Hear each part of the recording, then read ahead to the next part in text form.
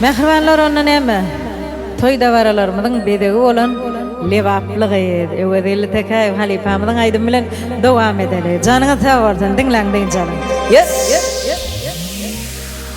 Bahar gelse açılır bağda gülleri, bahar gelse lale kakır kıyıları, levaplığı oynayar 30 yılın sanına, levaplığı yayınayar saktırmışsın sanına.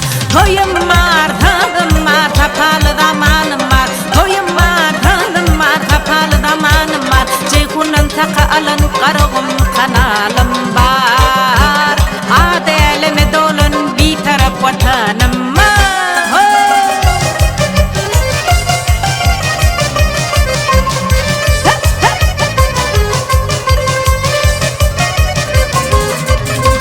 Kulağı titilesi Levavım şuhratani Mihmanını kudur verir Nevbatıl himnani Levaplığı oynuyor 30 yılın şanına Levaplığı yayınıyor Sattırmışsın şanına.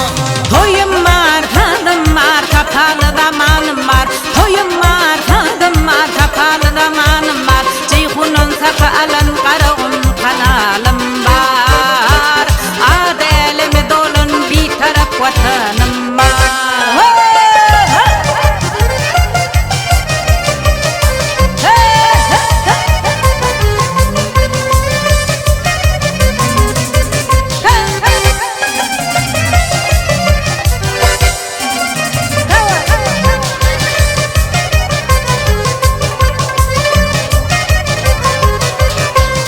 Rahmetinin mivetin bağışıdır levatlıydı Mihmanına elmeden hüdür eder levaplığı, levaplığı, levaplığı, levaplığı oynayar 30 yılın şanına, Levaplığı yayınayar Toyumudun şanına.